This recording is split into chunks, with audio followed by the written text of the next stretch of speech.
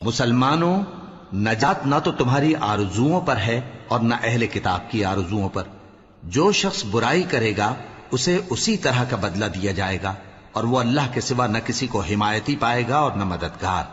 اور جو نیک کام کرے گا، مرد ہو یا عورت، جبکہ وہ صاحب ایمان بھی ہو، تو ایسے لوگ بہشت میں داخل ہوں گے، اور ان کی تل برابر بھی حق تلفی نہ کی جائے گی۔ اور اس شخص سے اچھا کس کا دین ہو سکتا ہے جس نے اللہ کے آگے سر جھکا دیا اور وہ نیکوکار بھی ہے، اور ابراہیم کے دین کا پیرو ہے، جو یکسو یعنی ایک اللہ کے ہو رہے تھے، اور اللہ نے ابراہیم کو اپنا دوست بنایا تھا۔ اور آسمان اور زمین میں جو کچھ ہے سب اللہ ہی کا ہے، اور اللہ ہر چیز کا احاطہ کیے ہوئے ہے۔ اے پیغمبر،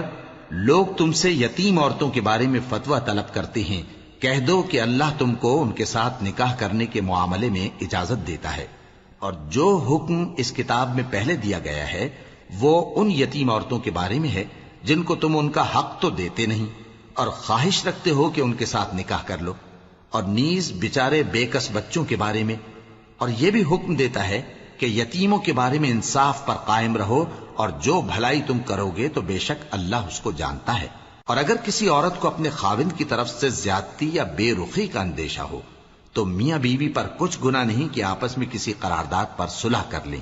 اور صلح خوب چیز ہے، اور طبیعتیں تو خود غرضی کی طرف مائل ہوتی ہی ہیں۔ اور اگر تم نیکوکاری اور پرہیزگاری کرو گے تو اللہ تمہارے سب کاموں سے واقف ہے۔ اور تم خواہ کتنا ہی چاہو بیویوں میں ہرگز عدل نہیں کر سکو گے، تو ایسا بھی نہ کرنا کہ ایک ہی کی طرف ڈھل جاؤ اور دوسری کو ایسی حالت میں چھوڑ دو کہ گویا ادھر میں لٹک رہی ہے۔ اور اگر آپس میں مصالحت کر لو اور پرہیزگاری کرو تو اللہ بخشنے والا ہے،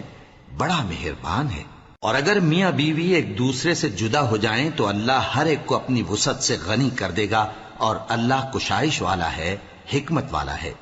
اور جو کچھ آسمانوں میں اور جو کچھ زمین میں ہے سب اللہ ہی کا ہے۔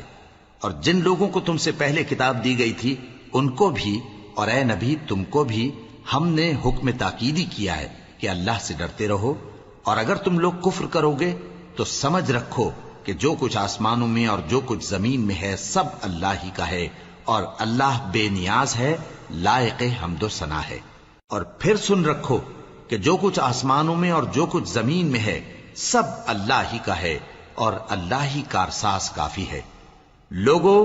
اگر وہ چاہے تو تم کو فنا کر دے اور تمہاری جگہ اور لوگوں کو پیدا کر دے، اور اللہ اس بات پر پوری طرح قادر ہے۔ جو شخص دنیا ہی کے ثواب کا طالب ہو تو اسے معلوم ہو کہ اللہ کے پاس دنیا اور آخرت دونوں کا ثواب موجود ہے، اور اللہ سنتا ہے،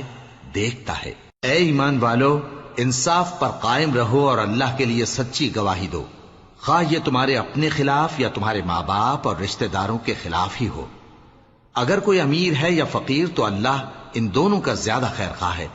پس تم خواہش نفس کے پیچھے چل کر عدل کو نہ چھوڑ دینا۔